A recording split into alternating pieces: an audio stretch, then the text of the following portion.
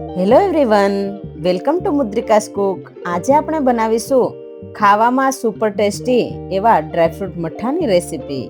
આ મઠ્ઠો સ્વાદમાં એવો બને છે કે બાળકો અને વડીલો બધા ખુશ થઈ જશે. અને આ મઠ્ઠાને તમે કોઈ પણ પ્રસંગમાં ઘરે જ બનાવી શકો. તો ચાલો રેસીપી શરૂ કરીએ. તો તેના માટે મેં આ 4 લીટર ફૂલ ફેટ દૂધ લીધું છે. અહીંયા મઠ્ઠો બનાવવામાં આપણે ફૂલ ફેટ દૂધ લેવાનું છે, એટલે એમાંથી મસ્કો છે એ વધારે તૈયાર થશે. તો અહીંયા દૂધને હુંફાળું ગરમ કરી લેવાનું છે અને પછી એની અંદર મેળવણ ઉમેરવાનું છે. તો મેં દૂધને હુંફાળું ગરમ કરી લીધું છે. હવે ચમચીની મદદથી આ રીતે બધી બાજુ મેળવણ ઉમેરી દેવાનું છે. તો મેં આ 2 ચમચી ખાટી છાશને દૂધની અંદર ઉમેરી દીધી અને આ રીતે મિક્સ કરી લેવાનું છે. હવે ઢાંકી અને રાખી દઈશું. 10 કલાક જેવું થઈ ગયું છે અને દહીં એકદમ સરસ મળી ગયું છે આ રીતનું. તો હવે આપણે એને કોટનના કપડામાં કાઢી લેવાનું છે. તો મેં નીચે જારી રાખી છે અને ઉપર કપડું રાખ્યું છે. તો નીચે એક વાસણ રાખી અને જારીની અંદર આપણે ઉમેરી દઈશું. આ રીતનું આછું કપડું હોય એવું લેવાનું છે અને ભીનું કરીને લેવાનું છે, એટલે એની અંદર દહીં છે એ વધારે ચોંટે નહીં. તો આ રીતે હવે દહીં છે એ આપણે કપડાની અંદર ઉમેરી દઈશું. આ રીતનું કોટનનું કપડું હોય તો એનાથી પાણી છે એ સરસ રીતે નીકળી શકે, એટલા માટે આ રીતનું કોટનનું કપડું લેવાનું છે. તો અહીંયા દહીં બધું ઉમેરી દીધું છે. હવે આ રીતે લટકાવવાનું છે.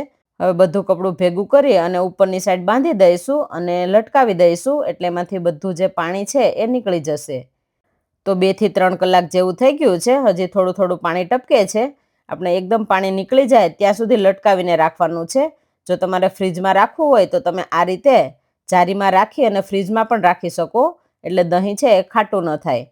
પણ જો દહીં વધારે ખાટું ન હોય તો તમે આ રીતે લટકાવી પણ શકો છો. તો 4 થી 5 કલાક જેવું થઈ ગયું છે અને આપણો મસ્કો તૈયાર થઈ ગયો છે. આ રીતનું બધું પાણી નીકળી ગયું છે અને એકદમ સરસ કોરો મસ્કો તૈયાર થઈ ગયો છે. તો હવે આપણે એને ચાળી લેવાનો છે. મસ્કાને ચાળી લેવાનો છે, એટલે એની અંદર જે લમ્સ હોય એ નીકળી જાય અને મઠ્ઠો છે એકદમ ક્રીમી તૈયાર થાય. દહીંમાંથી જે પાણી નીકળ્યું છે એ પાણીને તમે લોટ બાંધવા માટે ઉપયોગ કરી શકો. તો હવે ચાળણીની મદદથી બધો મસ્કો આ રીતે ચાળી લઈશું. તો અહીંયા મસ્કાને ચાળી લીધો છે. આ રીતનો એકદમ સરસ તૈયાર થઈ ગયો છે. તો અહીંયા મસ્કો છે એ 1 કિલો અને 500 ગ્રામ એટલે કે 1.5 કિલો જેટલો છે.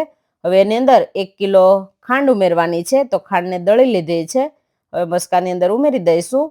અને જો તમારે સાકર ઉમેરવી હોય તો 1 કિલો અને 200 ગ્રામ ઉમેરી શકો. તો અહીંયા ખાંડ મિક્સ થઈ ગઈ છે. તમે ચાખી અને પછી વધારે જરૂર પડે તો વધારે પણ ઉમેરી શકો. જે પ્રમાણે ગળ્યું ખાતા હોય એ પ્રમાણે ઉમેરી દેવાની છે. હવે 1 ચમચી એલચીનો પાવડર ઉમેરી દઈશું. 60 ગ્રામ જેટલી મેં બદામની કતરંજ લીધી છે. 60 ગ્રામ કાજુના ટુકડા, 20 ગ્રામ પિસ્તાની કતરંજ અને મેં અહીંયા 30 ગ્રામ જેટલી કિસમિસ લીધી છે એ ઉમેરી દઈશું. સાથે મેં તૂટી ફૂટી લીધી છે, તો 30 ગ્રામ જેટલી તૂટી ફૂટી ઉમેરી દઈશું અને બધું મિક્સ કરી લઈશું. અહીંયા તમને જે ડ્રાયફ્રૂટ ભાવતા હોય એ તમે વધારે કે ઓછા ઉમેરી શકો. હવે ડ્રાયફ્રૂટ ઉમેરી અને બધું મિક્સ કરી લઈશું. તો અહીંયા મઠ્ઠાની અંદર આપણે મિલ્ક પાવડર કે કોઈ એસેન્સ નથી ઉમેરવાનું. આમનામ જ આપણો મઠ્ઠો છે એકદમ ટેસ્ટી લાગશે અને આ મઠ્ઠાનો ઓરિજિનલ સ્વાદ આવશે. ખાંડ ઉમેરેલી છે એટલે 20 મિનિટ આપણે મઠ્ઠાને બહાર રાખીશું અને પછી ફ્રીજમાં રાખી દઈશું. તો અહીંયા 2 કલાક જેવું થઈ ગયું છે અને મઠ્ઠો ઠંડો થઈ ગયો છે અને આ રીતનો થીક પણ થઈ ગયો છે. જેમ ઠંડો થશે એમ વધારે થીક થશે. તો ઓરિજિનલ સ્વાદમાં ડ્રાયફ્રૂટ મઠ્ઠો બનીને તૈયાર થઈ ગયો છે. જો તમારે મઠ્ઠાનો ઓરિજિનલ સ્વાદ માણવો હોય તો આ રીતે એકવાર જરૂરથી ટ્રાય કરજો અને આ સ્વાદ તમને ક્યારેય નહીં ભૂલાય અને વારંવાર તમે આ રીતે ઘરે જ મઠ્ઠો બનાવીને ખાશો.